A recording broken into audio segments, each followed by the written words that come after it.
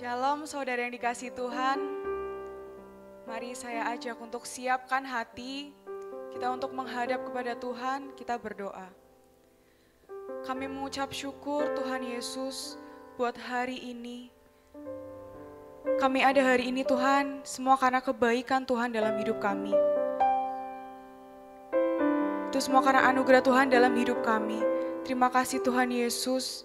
Biar hari ini kami boleh menerima sukacita yang baru. Kami boleh menerima pengharapan yang baru. Kami boleh menerima kekuatan yang baru yang dari-Mu Tuhan. Biar Roh Kudus yang bekerja atas setiap kami. Terima kasih Tuhan Yesus, terima kasih Bapa yang baik. Hanya di dalam nama Tuhan Yesus kami berdoa dan mengucap syukur.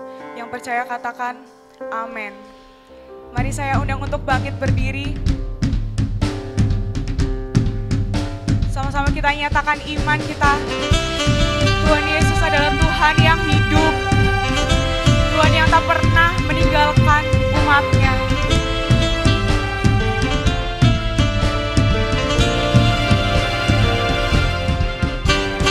Kami yang telah ditebus dengan darah yang kudus, mengangkat pujian bagi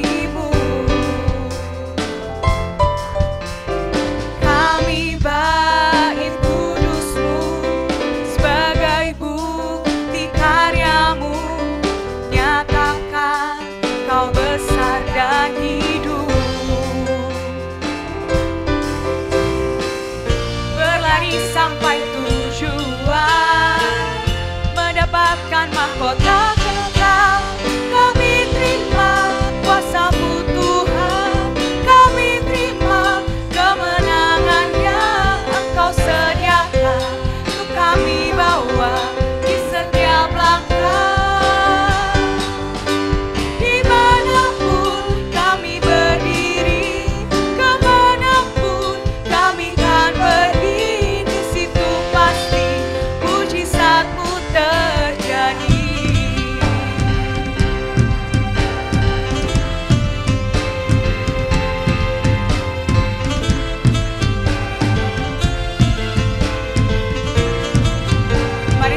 Katakan, kami yang telah ditebus dengan darah yang kudus, mengangkat pujian bagi-Mu. Kami bait kudus-Mu, kudus-Mu, sebagai bukti karya-Mu, nyatakan Kau besar dan hidup.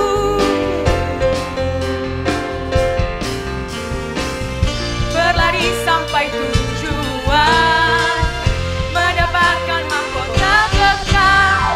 Kami terima kuasa-Mu Tuhan, kami terima kemenangan yang Engkau sediakan untuk kami bawa di setiap langkah. Dimanapun kami berdiri, kemanapun kami kan pergi.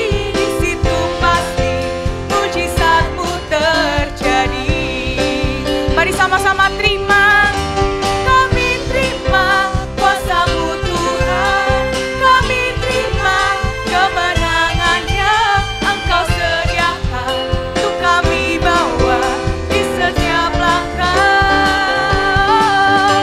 Dimanapun kami berdiri, kemanapun kami kan pergi, di situ pasti mujizat-Mu terjadi. Kami terima kuasa-Mu Tuhan, kami terima kemenangan yang Engkau sediakan untuk kami bawa di setiap langkah.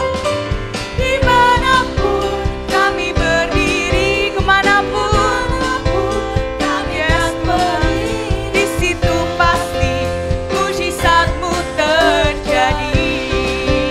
Mari dengan iman katakan, di situ pasti mujizat-Mu terjadi.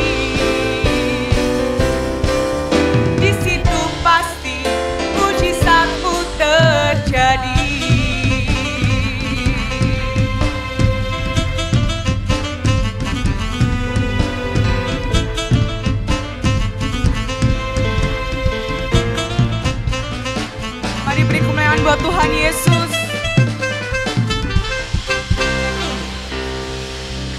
Silakan untuk duduk kembali.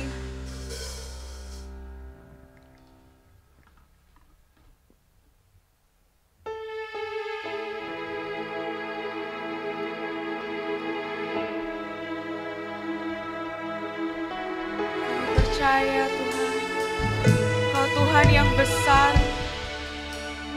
Tuhan yang gak pernah gagal atas setiap janji-Mu dalam hidup kami.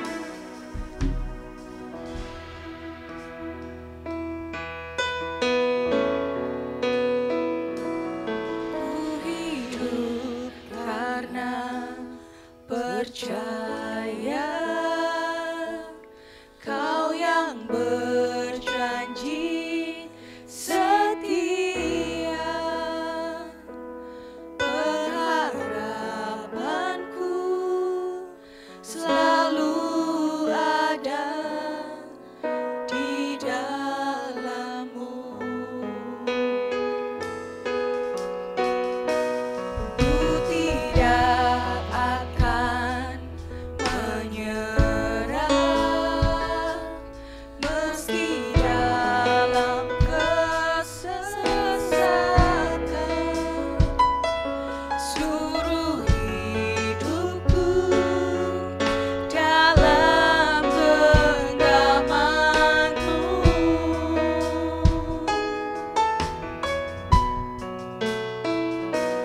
Ku hidup karena percaya Kau yang berjanji setia, pengharapanku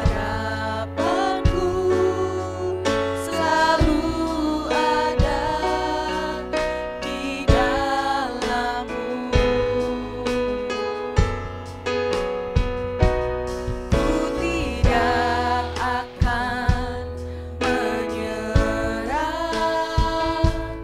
meski dalam kesesatan. Suruh hidupku dalam genggaman-Mu.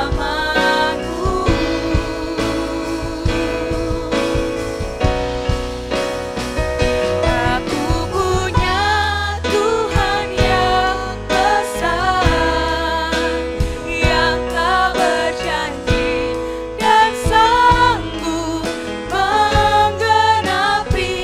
Imanku bersepakat percaya kuasa-Nya.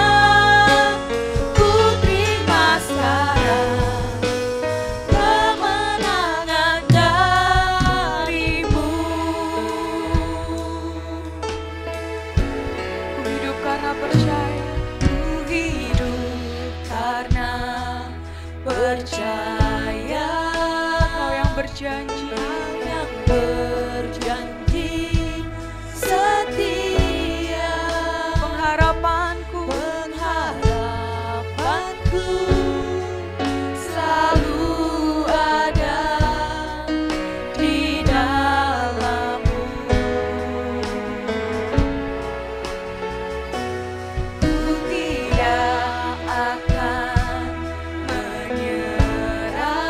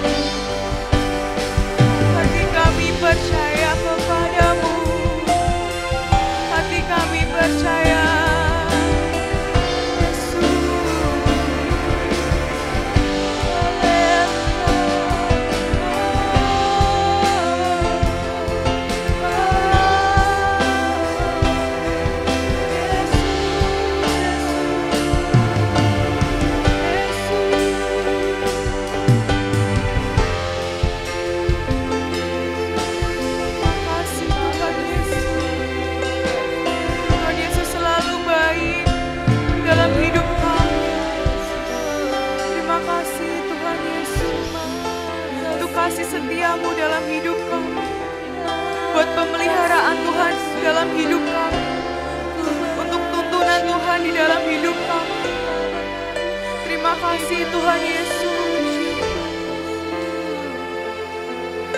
Terima kasih.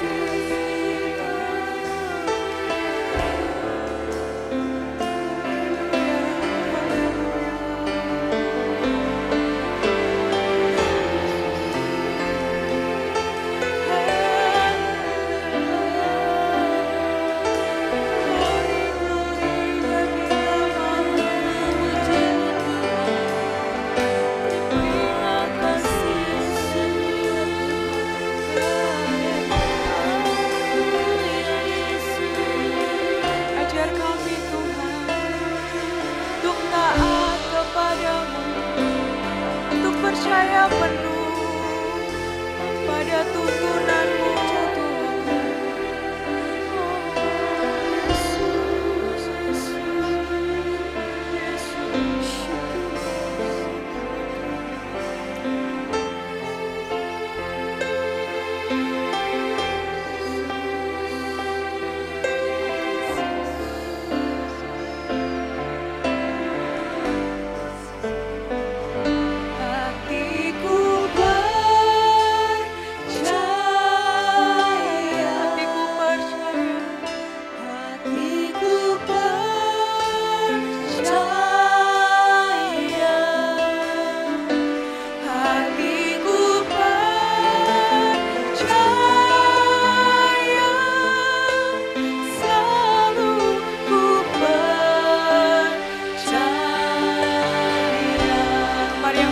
Katakan hatiku percaya, hatiku percaya,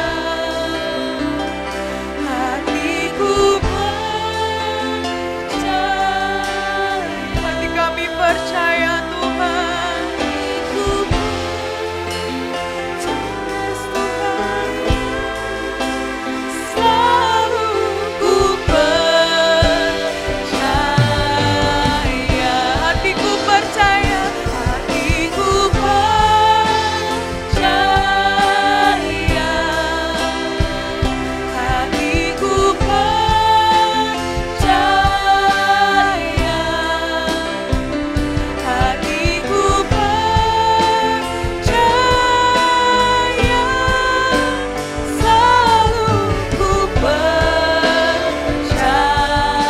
Mari saya undang untuk bangkit berdiri. Hatiku percaya, hatiku percaya,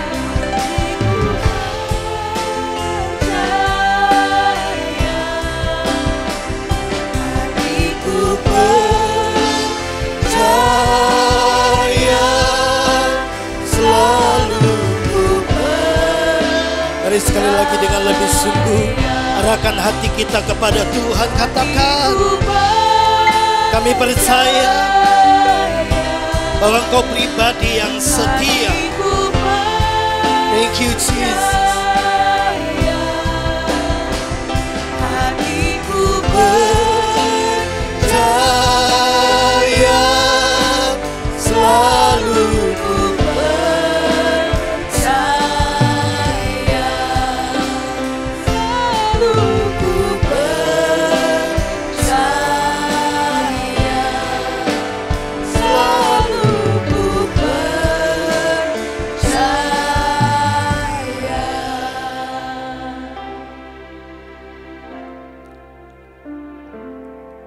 Bapak, terima kasih buat kesempatan kami boleh kembali lagi ada di hadirat-Mu. Lihat hati kami, lihat kerinduan kami. Apapun yang kami sedang hadapi hari-hari ini, temukan bahwa ada hati yang selalu percaya. Percaya kepada pribadi-Mu, bahwa Engkau pribadi yang baik, Kau setia, percaya kepada perkataan Tuhan yang tidak pernah berubah. Janji-Mu sempurna, janji-Mu tidak mungkin gagal. Karena itu kami Hari ini kami mau dengar pesan firman-Mu. Bicara kepada kami, tegur kalau kami bersalah dalam sikap perilaku kami. Didik kami dalam kebenaran. Firman-Mu mengajar kami untuk memperbaiki perilaku-perilaku yang salah. Supaya hari-hari ke depan kami terus bertumbuh dalam keserupaan dengan Yesus Kristus. Hati kami siap untuk terima firman-Mu. Tolong hamba-Mu dengan bahasa yang sederhana, supaya setiap umat-Mu mengerti apa yang menjadi pesan Tuhan hari ini. Di dalam dan demi nama Yesus kami berdoa. Haleluya. Amin. Shalom Bapak Ibu Saudara yang dikasihi oleh Tuhan. Baik, mari kita akan belajar dari firman Tuhan. 2 minggu yang lalu kita belajar tentang bagaimana kita mengenal karakteristik dari janji-janji Tuhan. Dan hari ini saya ingin mengajak Bapak Ibu Saudara kita belajar dari firman Tuhan. Kalau Bapak Ibu suka dengan tema, saya mau bicara tentang knowing God's way. Mengenal jalan Tuhan. Nah, saya mau mulai dari ini. Bapak Ibu perhatikan.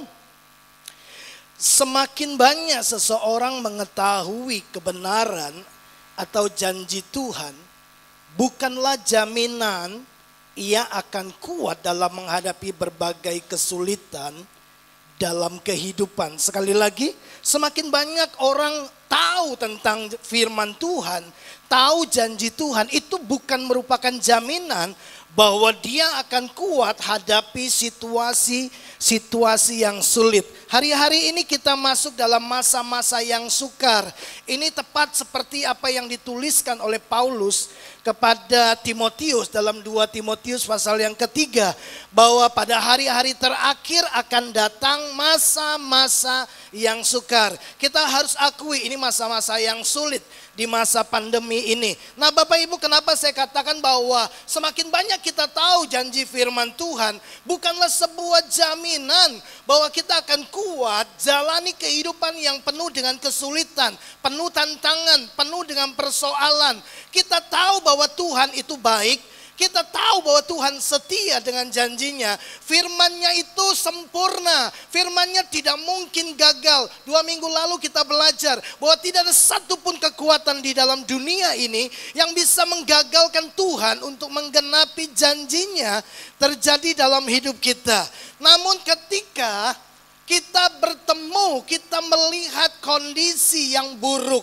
Ketika kita melihat realita kehidupan yang kita jalani, bahwa sepertinya tidak ada jalan keluar dalam masalah kita. Kelihatannya tidak ada ekonomi yang bertumbuh semakin baik. Nah, masa-masa sulit yang seperti itu begitu mudah membuat kita meragukan kebaikan Tuhan.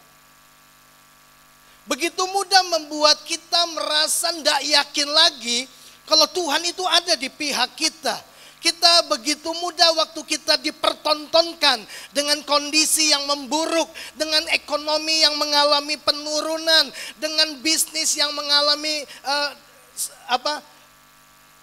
ekonomi yang mungkin kita lihat bisnis kita tidak mengalami kemajuan, omset tidak meningkat.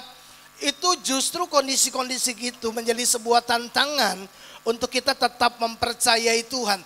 Tapi banyak kali kita temukan di kondisi-kondisi seperti itu.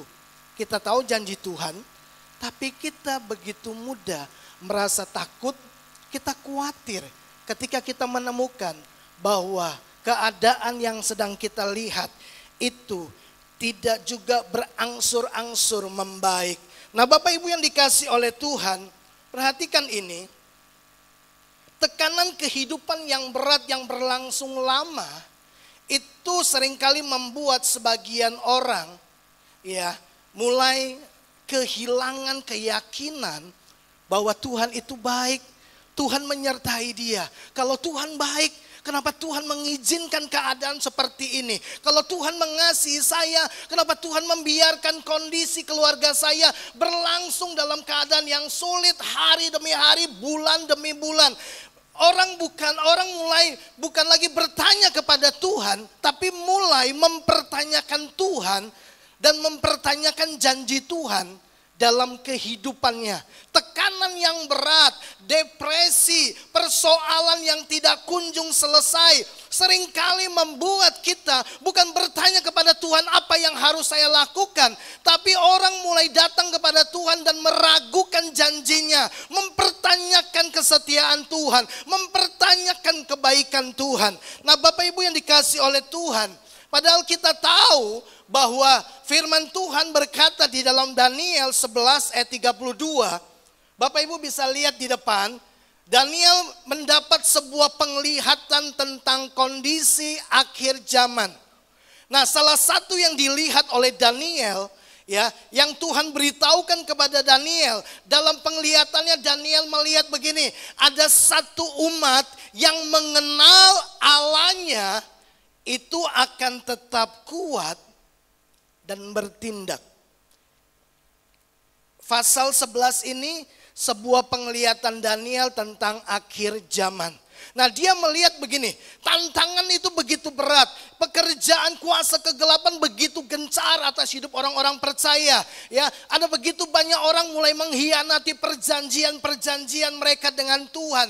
Tapi dia temukan ada sekelompok orang, ada satu kumpulan orang-orang yang dia sebut sebagai umat Tuhan. Dia berkata begini, umat Tuhan yang mengenal Allahnya akan tetap kuat. Bukan hanya kuat, tapi tetap konsisten. Masalah boleh datang bertubi-tubi, ya, keadaan boleh semakin menjadi buruk, kelihatannya jalan keluar tidak ada, jalan buntu, tidak ada solusi. Tapi orang-orang yang mengenal Tuhan ini, mereka tetap bertindak. Sekalipun tidak ada dasar untuk berharap, mereka tetap mengandalkan Tuhan. Mereka tetap berpegang pada perkataan Tuhan yang tidak pernah berubah. Pertanyaan saya adalah begini, pengenalan akan Tuhan yang seperti apa? Pengenalan akan Tuhan yang bagaimana yang bisa membuat kita tetap kuat? Bukan hanya kuat, tapi tetap kuat. Kalau kuat saja, satu saat dalam tekanan yang lebih berat lagi, kita bisa menyerah. Tapi kalau kata tetap kuat, artinya sebesar apapun masalah, seberat apapun tantangan di depan, mereka tetap akan mempercayai Tuhan. Nah, waktu saya coba renungkan ini, saya menemukan Bapak Ibu Saudara, di dalam Alkitab ada dua tipe orang yang mengenal Tuhan. Dua tipe pengenalan akan Tuhan. Yang pertama, orang yang mengenal perbuatan-perbuatan Tuhan. Nah, orang yang mengenal perbuatan-perbuatan Tuhan, mereka memahami Tuhan berdasarkan tindakan-tindakan Tuhan, berdasarkan apa yang Tuhan kerjakan dalam hidup mereka. Mereka mengenal Tuhan dari keperkasaan tindakan Tuhan, perbuatannya yang dahsyat, mujizat-mujizatnya. Nah, orang-orang yang pertama ini, orang-orang mengenal Tuhan dari perbuatan-perbuatannya. Tapi ada kelompok yang kedua, tipe yang kedua, orang yang mengenal jalan-jalan Tuhan. Orang yang mengenal jalan-jalan Tuhan, orang ini mengenal siapa Tuhan. Dia mengenal karakter Tuhan, dia mengenal hati, hasrat, kerinduan, maksud, dan semua tujuan-tujuan Tuhan dalam kehidupannya. Bapak Ibu, mungkin kita berkata ayatnya di mana? Nah, saya mau tunjukkan Bapak Ibu ayat ini. Ayat ini ditulis oleh Daud. Ini Mazmur Daud. Ya, dia mengingat kembali sebuah peristiwa yang dicatat di dalam Keluaran pasal 33. Ya, lalu Daud mengutip ini, Mazmur 103 ayat yang ke-7 berkata demikian. Ia, Tuhan, telah memperkenalkan jalan-jalannya kepada Musa, perbuatan-perbuatannya kepada orang Israel. Orang Israel, bangsa Israel itu mengenal Tuhan berdasarkan perbuatan-perbuatan Tuhan. Apa yang Tuhan lakukan dalam hidup mereka. Ya. Mereka mengenal Tuhan lewat pertindakan-tindakan Tuhan yang besar, lewat mujizat-mujizat yang Tuhan kerjakan. Bapak Ibu, tentu kita masih ingat ketika Tuhan memimpin bangsa Israel akan keluar dari tanah Mesir, ya, orang-orang Israel menyaksikan dengan mata kepala mereka sendiri bagaimana Tuhan dengan tangan yang perkasa, dengan tangan yang kuat membela umatnya, melakukan 10 tulah terjadi di Mesir.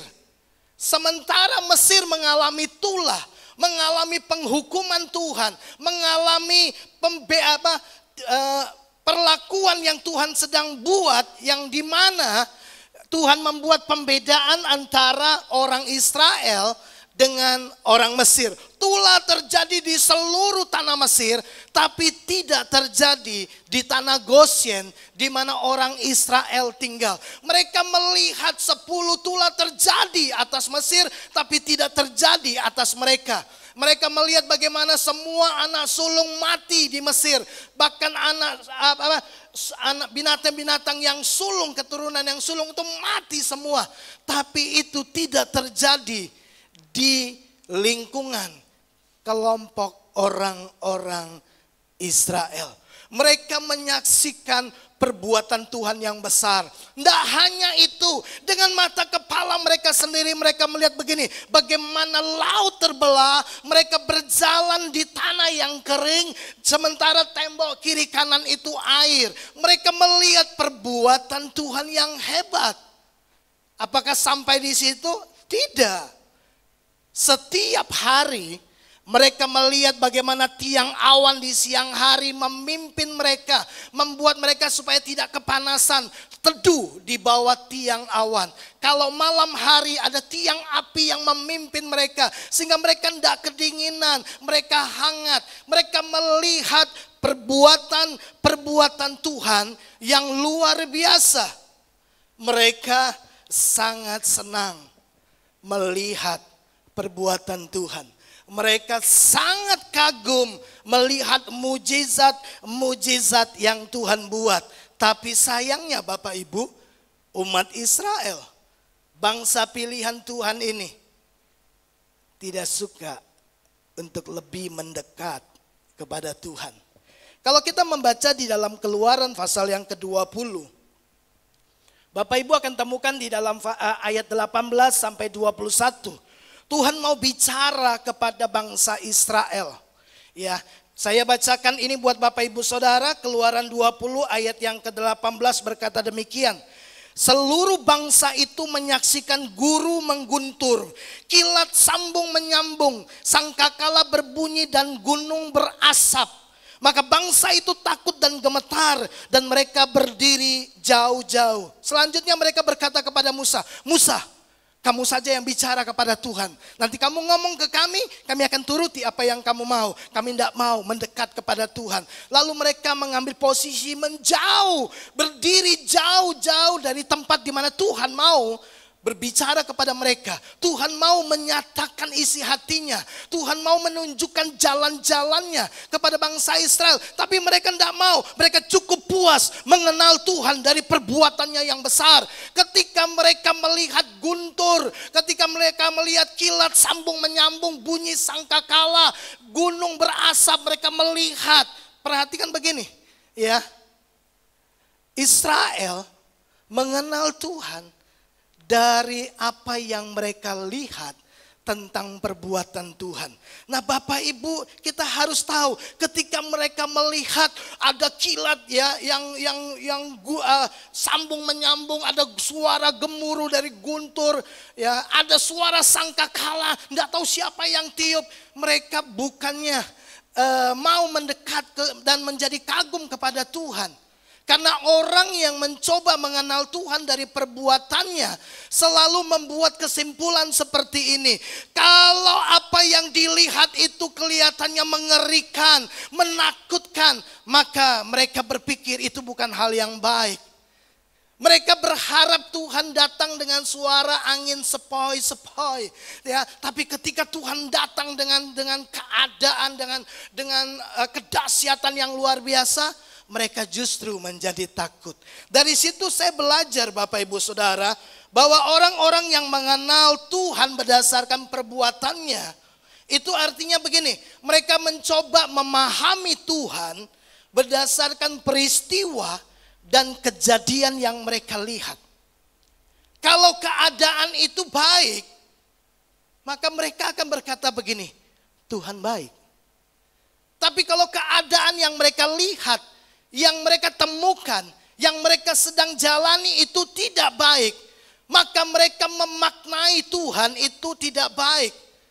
Berapa kali kita seringkali dengar, ada banyak orang-orang Kristen berkata begini, kalau Tuhan itu baik, kenapa dia izinkan keadaan saya memburuk? Kalau Tuhan itu setia, kenapa dia biarkan saya mengalami proses yang berkepanjangan? Nah, orang yang mengenal Tuhan dari perbuatan selalu menilai dari keadaan, selalu menilai dari apa yang mereka lihat, apa yang mereka alami. Mereka tidak mengerti jalan-jalan Tuhan. Mereka tidak mengerti hati Tuhan. Mereka tidak mengerti maksud dan tujuan Tuhan melakukan apapun dalam hidup mereka. Kalau kita belajar mengenal Tuhan dari perbuatannya, maka ketika kita melihat keadaan kita tidak baik, saudara bisa meragukan Tuhan. Saudara mulai mempertanyakan kesetiaan Tuhan. Saudara mungkin berkata, Tuhan, kalau Engkau mengasihi aku, kenapa Kau biarkan peristiwa ini terjadi? Kalau Engkau mengasihi aku, kenapa Kau ambil apa yang sudah Tuhan percayakan dalam hidupku? Kalau Tuhan baik, kenapa aku mengalami keadaan ekonomi yang seperti ini? Kenapa keluargaku tidak berkunjung membaik, tidak dipulihkan, hubungan rusak, komunikasi tidak enak, suasana di rumah selalu panas. Kita mulai mempertanyakan Tuhan, karena orang-orang yang mengenal Tuhan dari perbuatannya selalu ingin melihat keadaan dan kondisi yang dia jalani itu harus baik. Jadi kalau keadaan baik, dia akan berkata, Tuhan itu baik. Tapi kalau keadaan tidak baik, dia mulai mempertanyakan, apakah Tuhan itu baik? Apakah Tuhan setia? Apakah Tuhan mengasihi saya? Apakah Tuhan peduli kepada saya? Nah, Bapak Ibu coba lihat bangsa Israel. Setiap kali mereka mengalami kondisi yang tidak baik, keadaan yang mereka tidak sukai, mereka selalu memberontak kepada Tuhan. Mereka mulai ngomel, mereka mulai bersungut-sungut. Ya, mereka mulai protes sama Musa, protes kepada Tuhan. Kenapa tiap hari cuma mana? Lalu mereka teringat bawang prei, segala macam makanan-makanan yang ada di Mesir. Lalu mereka berkata begini, setiap kali ada masalah, setiap kali kondisi tidak menyenangkan, mereka selalu berkata gini, kami mau pulang kembali ke Mesir. Padahal di Mesir mereka menjadi budak. Padahal di Mesir mereka bekerja keras. Mereka pikir di Mesir lebih baik. Bangsa Israel selalu begitu. Ketika mereka tidak menemukan air, mereka mulai bersungut-sungut dan berkata, kami mau pulang ke Mesir. Ketika mereka sudah bosan dengan mana dan minta daging, mereka marah kepada Musa. Mereka bersungut-sungut kepada Tuhan. Lalu ketika Tuhan kasih mereka burung puyuh, wow, mereka tiba-tiba diam. Mereka kemudian melihat bahwa Tuhan itu baik.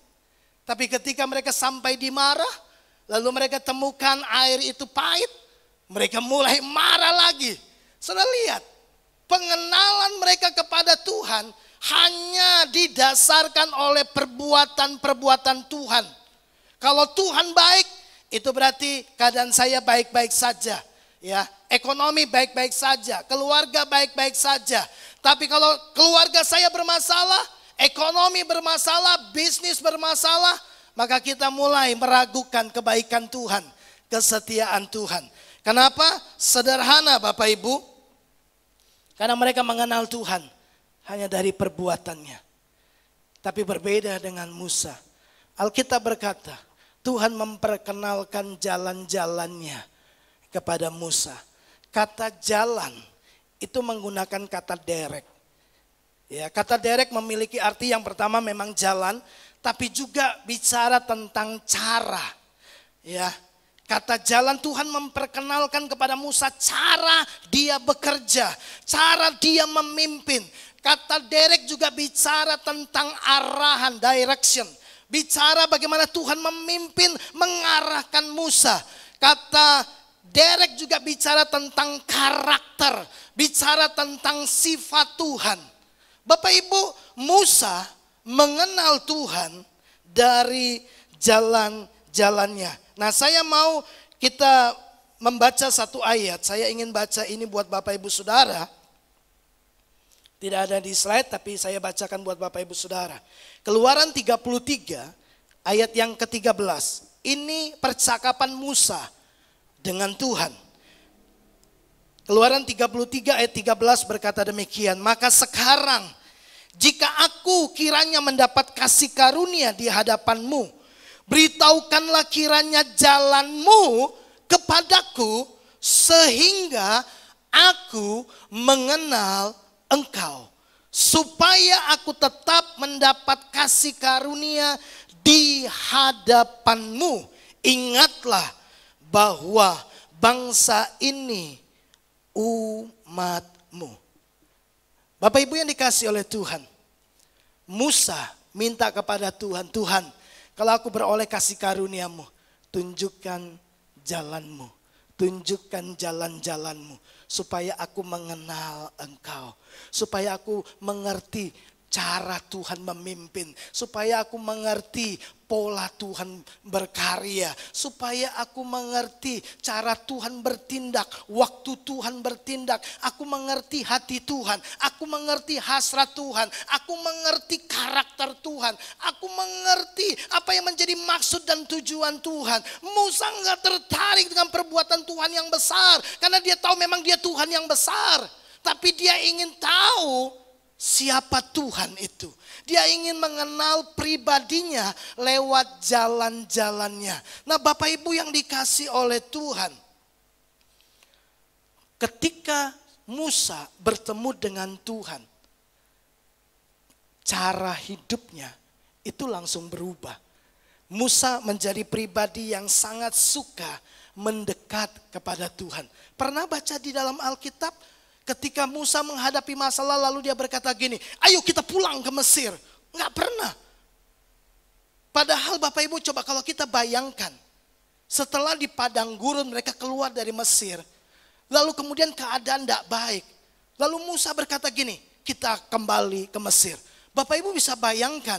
Firaun dengan semua pasukannya, dengan tentara-tentara terbaiknya. Itu semua mati tenggelam di laut. Dan seluruh Mesir tahu akan hal itu. Seluruh Mesir menyaksikan bagaimana Musa mendemonstrasikan kuasa Tuhan di depan mata mereka.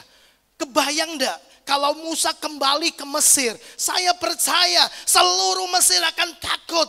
Ya, semua anak sulung sudah mati. Saya percaya sangat mudah bagi Musa untuk menjadi pemimpin pada waktu itu. Sangat mudah bagi Musa untuk duduk di tahtanya Firaun dan berkata, aku sekarang rajanya. Kenapa? Dia ditakuti. Tapi lihatlah, Musa tidak pernah berpikir untuk kembali ke Mesir. Bahkan di dalam Keluaran 33, dia bilang begini, kalau Tuhan tidak berjalan bersama dengan kami, jangan suruh kami berjalan. Kalau Tuhan tidak berjalan bersama dengan kami, jangan suruh kami berjalan. Tahu Bapak Ibu maksudnya? Bagi Musa begini, lebih baik tetap di padang gurun, yang penting ada Tuhan, daripada masuk tanah perjanjian tanpa Tuhan. Kehadiran Tuhan, pribadi Tuhan, itu begitu penting bagi Musa. Enggak apa-apa hadapi banyak tantangan. Enggak apa-apa hadapi panas terik yang luar biasa di padang gurun. Enggak apa-apa ya kami mengalami kekeringan. Enggak apa-apa, yang penting Tuhan ada. Bapak Ibu, kita lihat perbedaannya. Mari kita cek dalam hidup kita. Pengenalan kita kepada pribadi Tuhan. Kita mengenal Dia dari perbuatan-perbuatannya, Atau kita mengenal dia dari jalan-jalannya. Kita kenal hatinya, kita kenal hasratnya, kerinduannya, tujuannya, maksudnya, rencananya, kehendaknya, keinginannya. Apakah kita mengenal Tuhan seperti itu? Ada banyak orang Kristen suka mengenal Tuhan dari perbuatannya. Ya, mereka suka dan kagum dengan mujizat yang Tuhan buat. Mereka dengan bersemangat mengejar berkat-berkat Tuhan, kesembuhan, promosi, pertolongan-pertolongan Tuhan. Coba cek kebanyakan doa-doa yang dinaikkan selalu berkaitan dengan perbuatan Tuhan, mujizat, pertolongan semata-mata. Dalam doanya hanya berisikan pemenuhan hal-hal materi dan kebutuhan kehidupan di dunia ini. Dan orang-orang ini sangat suka sekali melihat Tuhan mengerjakan hal itu dalam hidup mereka. Karena pengejaran mereka adalah tangan Tuhan. Pengejaran mereka, mujizat dan perbuatan Tuhan yang besar. Mereka bukan mengejar hati Tuhan. Ketika mereka mengalami perbuatan Tuhan yang hebat, mujizat, tiba-tiba mereka mendapatkan keuangan yang lebih banyak, dapat pekerjaan, dapat rumah baru, dapat mobil baru, ya dapat kesembuhan, dapat suami atau dapat istri, dapat pasangan hidup. Mereka menjadi begitu bergairah dan berkata secepat itu mereka bersaksi, Tuhan itu baik. Tapi ketika keadaan mulai memburuk, ketika keadaan mulai menurun, mereka mulai meragukan Tuhan. Bapak Ibu, banyak kali kita tertarik pada tindakan Tuhan yang hebat. Kita tertarik melihat mujizat. Kita tertarik dengan perbuatan tangan Tuhan yang gagah perkasa menolong kita. Kita sangat suka melihat hal itu. Pertanyaannya, kapan terakhir kali kita datang kepada Tuhan dan berkata, Tuhan, tunjukkan jalan-jalan-Mu. Beritahu aku apa yang menjadi isi hati-Mu. Beritahu aku apa yang Kau kehendaki aku lakukan. Beritahu aku apa yang menjadi hasrat-Mu. Supaya aku mengerjakan apa yang menjadi keinginan hati-Mu. Bukan hanya sekedar memuaskan kesenanganku. Mencari perbuatan Tuhan yang besar. Berharap mujizat, mujizat, mujizat saja. Kapan terakhir kali kita minta Tuhan menunjukkan jalan-jalannya kepada kita? Atau jangan-jangan dalam doa-doa kita selalu minta tangan Tuhan bekerja, tangan Tuhan melakukan sesuatu. Kita lebih tertarik dengan perbuatan-perbuatan Tuhan. Bapak Ibu, orang-orang yang seperti ini tidak akan pernah kuat. Gampang sekali akan mempersalahkan Tuhan. Gampang sekali akan mempertanyakan Tuhan ketika keadaan tidak menjadi baik. Nah Bapak Ibu, oleh karena itu mari kenali Tuhan. Bukan berdasarkan peristiwanya, tapi prosesnya. Mari kenali Tuhan bukan karena apa yang terjadi, tapi kenapa ini terjadi. Supaya kita bisa mengenal Tuhan berdasarkan maksud dan tujuan Tuhan atas seluruh peristiwa. Musa mengenal Tuhan dari janji-janjinya. Orang Israel mengenal Tuhan dari perbuatannya. Bapak Ibu, kalau kita tertarik dengan perbuatan Tuhan, kita hanya harapkan mujizat, pemulihan, pertolongan, kesembuhan. Semua itu adalah perbuatan-perbuatan Tuhan. Bapak Ibu, saya ragu ketika kondisi kita tidak berangsur membaik. Kita gampang sekali menjadi bimbang, khawatir, takut. Lalu pada akhirnya kita menjadi kecewa, lalu kita mulai meninggalkan Tuhan.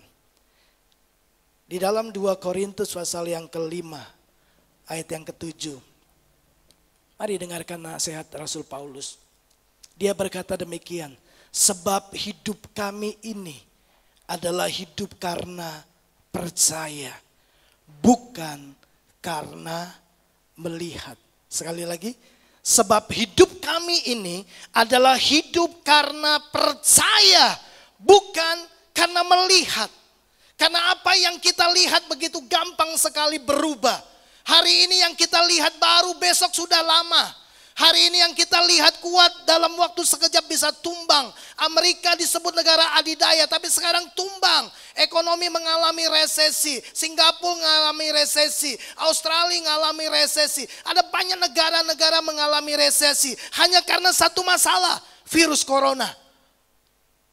Saudara lihat, semua bisa berubah. Tapi dengar ini, satu-satunya yang tidak bisa berubah di dunia ini adalah Tuhan dan perkataannya.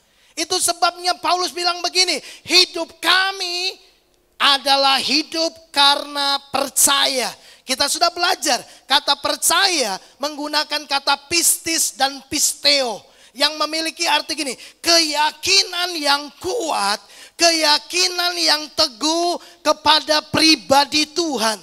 Keyakinan yang teguh kepada perkataan Tuhan. Keyakinan kepada pribadi dan perkataan Tuhan. Itu yang menjadi jaminan bagi kami membangun kehidupan. Bagi kami menjalani kehidupan. Bukan berdasarkan apa yang kami lihat. Karena yang kita lihat seringkali menipu kita. Bapak Ibu yang dikasih oleh Tuhan. Kalau kita membangun hidup percaya kita, iman kita. Berdasarkan apa yang kita lihat. Itu berarti kita mencoba memahami Tuhan. Berdasarkan perbuatannya. Itu sebabnya Yesus berkata, berbahagialah mereka yang tidak melihat, tapi percaya. Tapi kalau kita membangun kehidupan kita karena melihat, kita selalu menuntut bukti. Kalau Tuhan mengasihi saya, kenapa? Begini, begini, dan begini. Kalau Tuhan menyertai saya, kenapa saya harus menghadapi situasi seperti ini? Kalau Tuhan itu memang setia, peduli dengan saya, kenapa? Sudah tahu ketika dia bertanya kenapa? Karena dia melihat sebuah realita, kenyataan hidup yang sedang dipertontonkan, dan keadaan itu tidak seperti yang dia inginkan. Itu sebabnya Bapak Ibu, saya percaya begini. Mereka yang membangun kehidupannya karena keyakinan yang kuat kepada pribadi Tuhan, mengenal pribadi Tuhan, mengenal perkataan Tuhan yang bukan omong kosong. Perkataan Tuhan itu berkuasa. Sejak awal Tuhan telah mendemonstrasikan bahwa firman-Nya itu berkuasa. Kitab Kejadian pasal yang pertama, Tuhan berfirman maka itu jadi. Tuhan berfirman jadi. Tuhan berfirman jadi. Baca seluruh nubuatan, tidak ada satu nubuatan yang tidak terjadi. Semua perkataan Tuhan itu terjadi. Ya, firman Allah tidak mungkin gagal. Nah, mereka yang percaya kepada pribadi Tuhan, kita tahu begini, orang tidak mungkin percaya kalau tidak mengenal.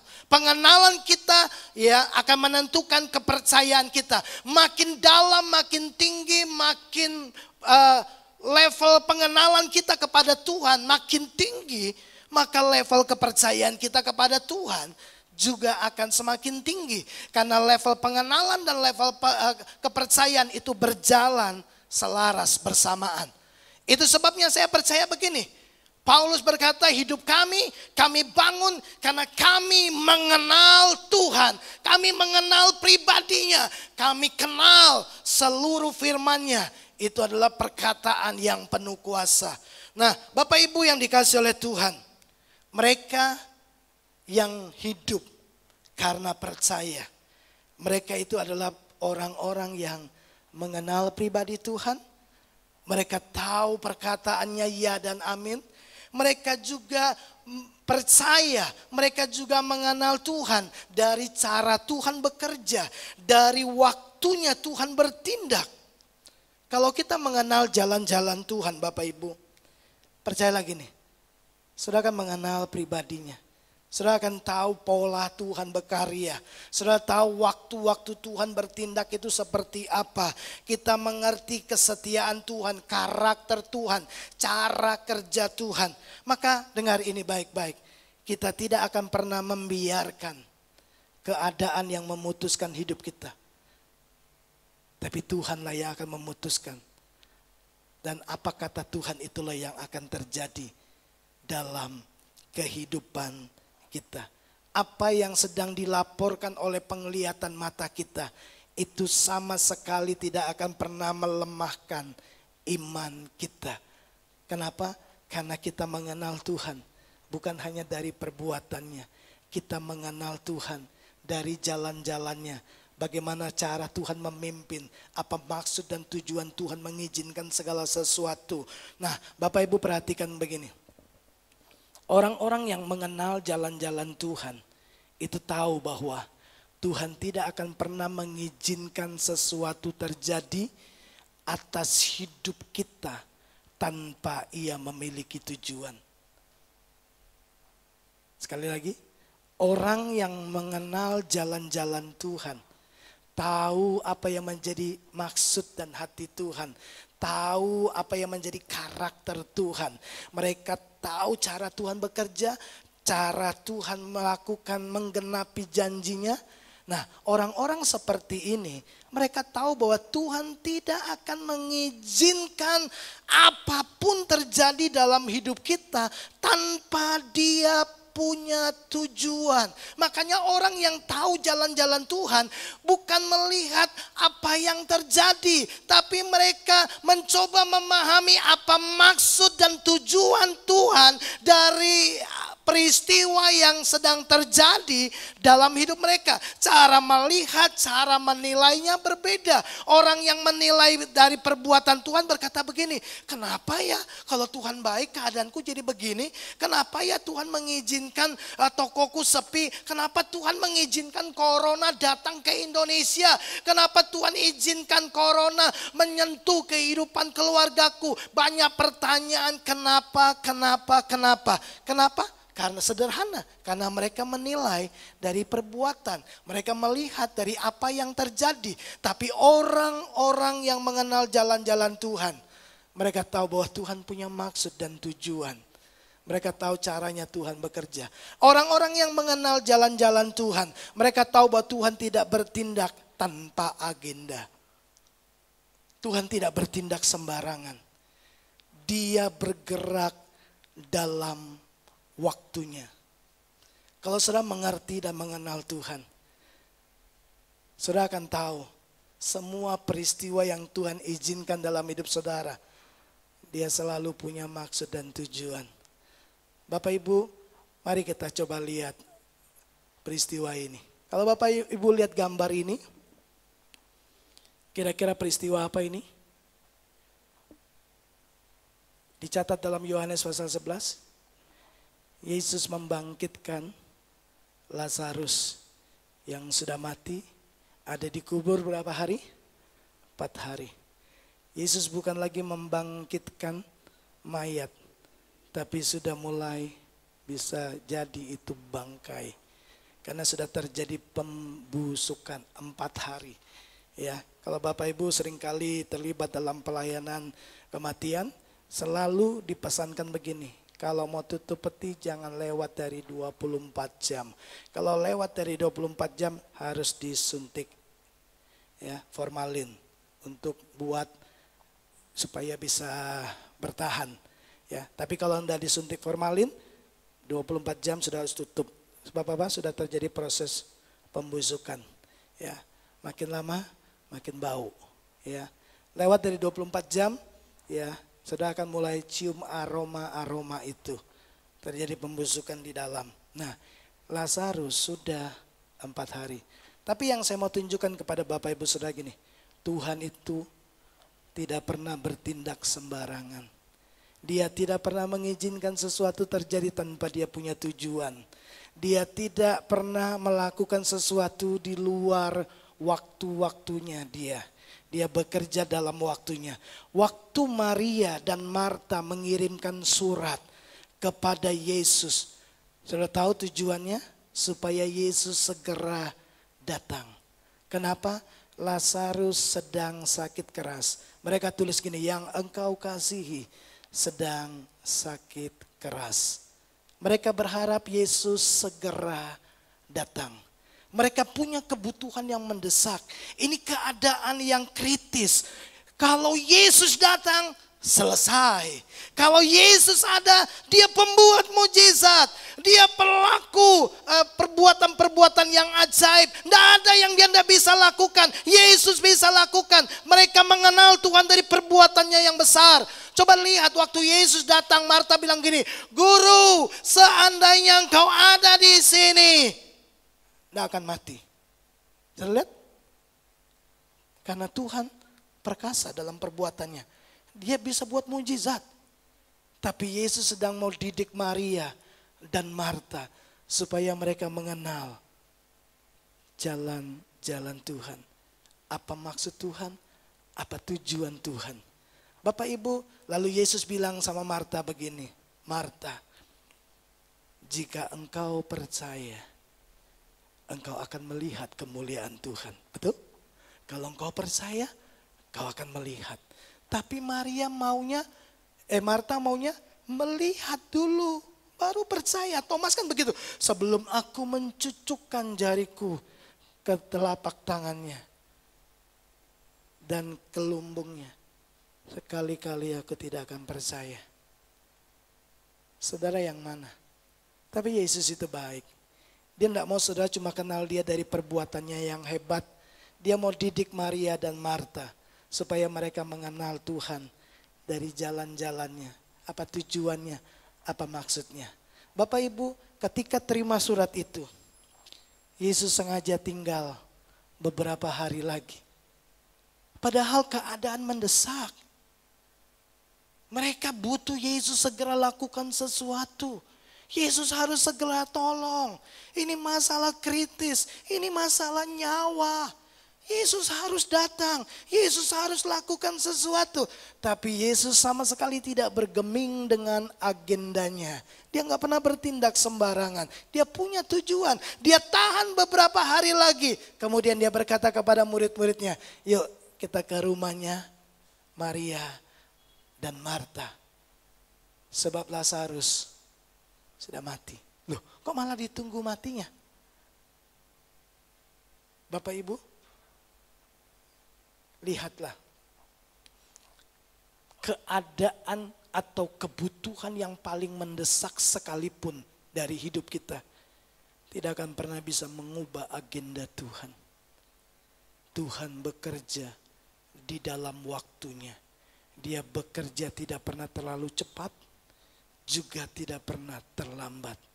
Itu sebabnya kita pernah baca Alkitab berkata begini, setelah genap waktunya Tuhan mengirim Yesus Kristus anaknya yang tunggal. Setelah genap waktunya. Bapak Ibu, kalau kita mengenal Tuhan dari perbuatannya, saya percaya kita akan kecewa. Tuhan, sudah terlambat Tuhan. Sudah terjadi begini, mau apa lagi? Tuhan tidak tolong, Tuhan terlambat. Seharusnya kemarin, seharusnya 2 minggu yang lalu, seharusnya dari tahun lalu Tuhan tolong saya. Tapi Tuhan sepertinya tidak peduli. Kalau kita mengenal Tuhan dari perbuatannya, saudara akan bersikap seperti itu. Tapi Tuhan itu baik.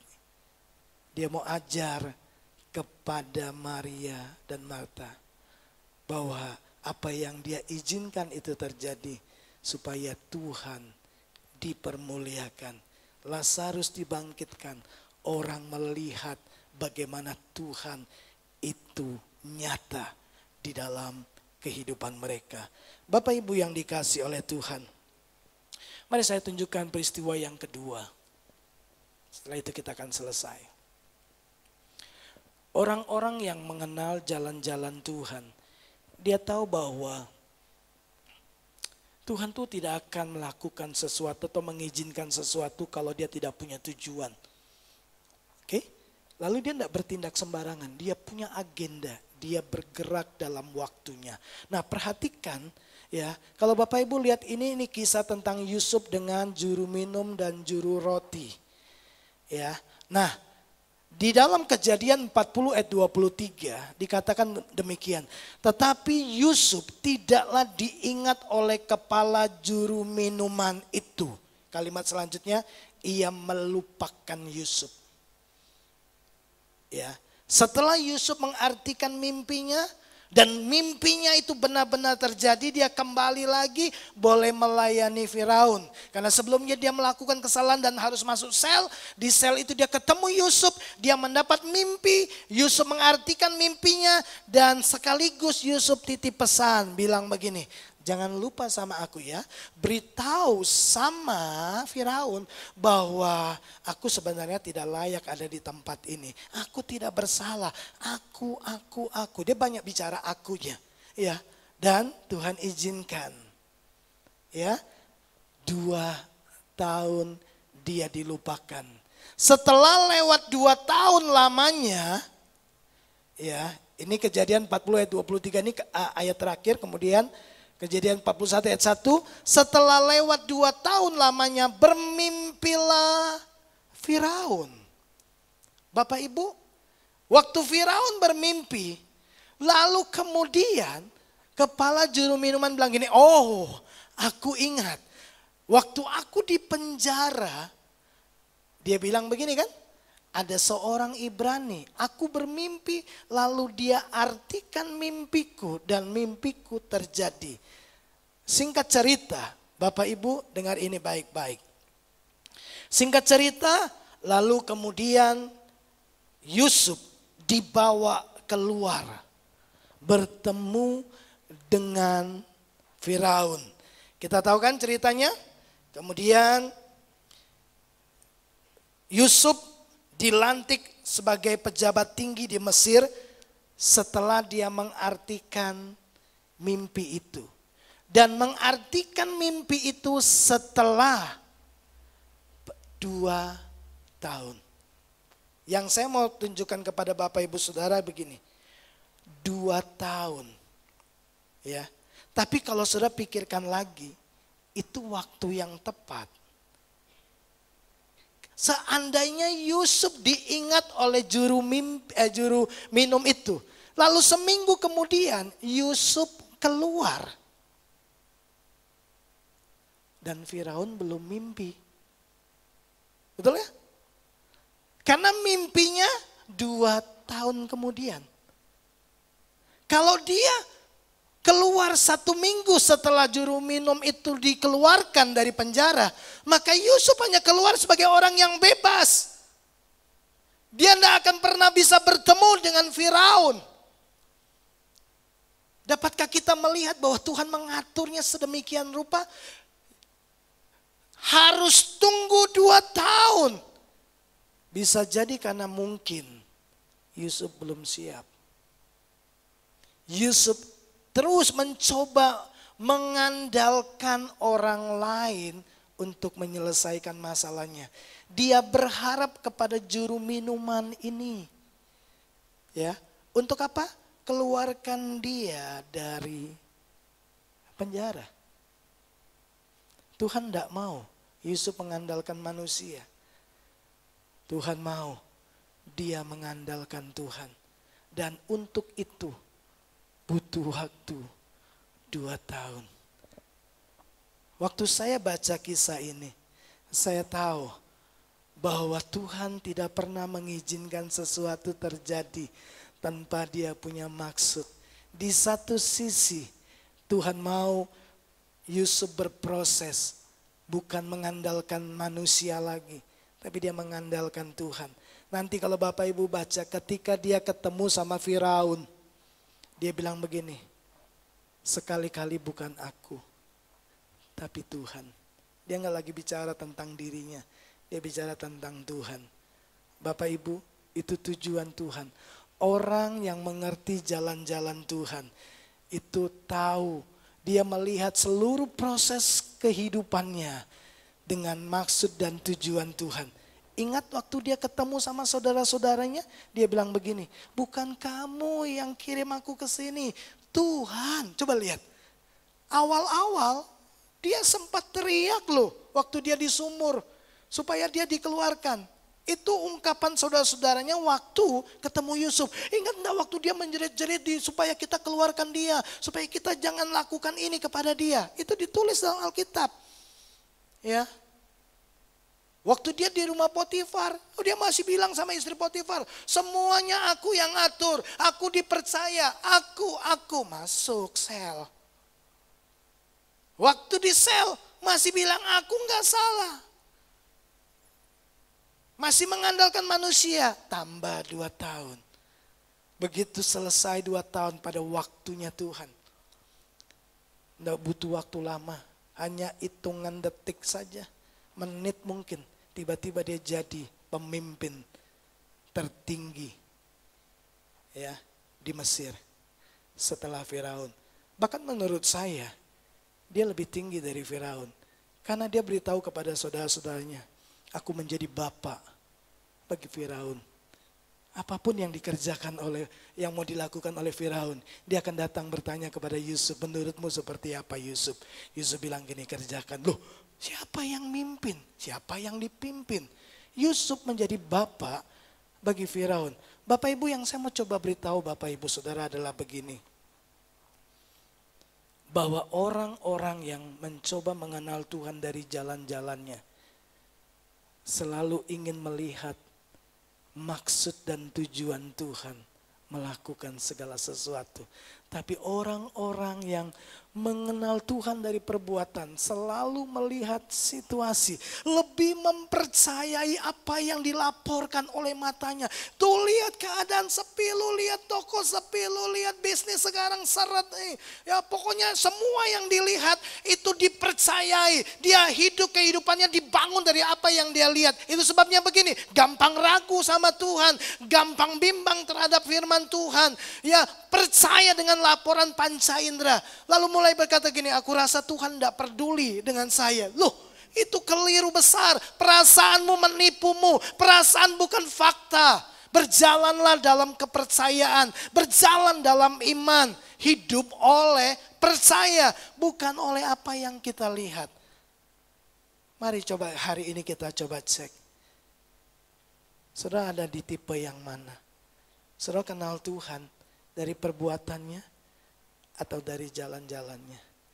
Orang yang mengenal Tuhan dari jalan-jalannya, sekali lagi saya mau beritahu. Dia tahu bahwa Tuhan tidak akan izinkan apapun terjadi dalam hidupnya tanpa Tuhan punya maksud dan tujuan. Tuhan bekerja dalam agenda dan waktunya. Karena dia sudah berkata, pada akhirnya itu akan mendatangkan kebaikan. Itu hanya masalah waktu. Karena segala sesuatu akan indah pada waktunya. Tuhan memberkati kita. Mari bersama kita berdoa. Bapa, terima kasih buat firman-Mu. Terima kasih buat kesempatan untuk kami mengerti apa yang menjadi jalan-jalan Tuhan. Tolonglah setiap kami supaya kami mengenal Tuhan. Pengejaran kami bukanlah perbuatan-perbuatan Tuhan. Pengejaran kami bukanlah mujizat dan pertolongan Tuhan semata-mata.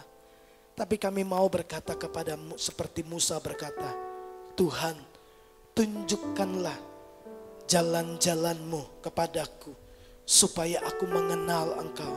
Supaya aku terus beroleh kasih karunia. Hari ini menjadi doa kami. Bapa, tunjukkan jalan-jalan-Mu. Perkenalkan diri-Mu. Supaya kami mengerti bagaimana cara Tuhan bekerja. Kami mengerti waktunya Tuhan bertindak. Tuhan tidak akan pernah izinkan apapun terjadi dalam hidup kami tanpa Tuhan punya tujuan.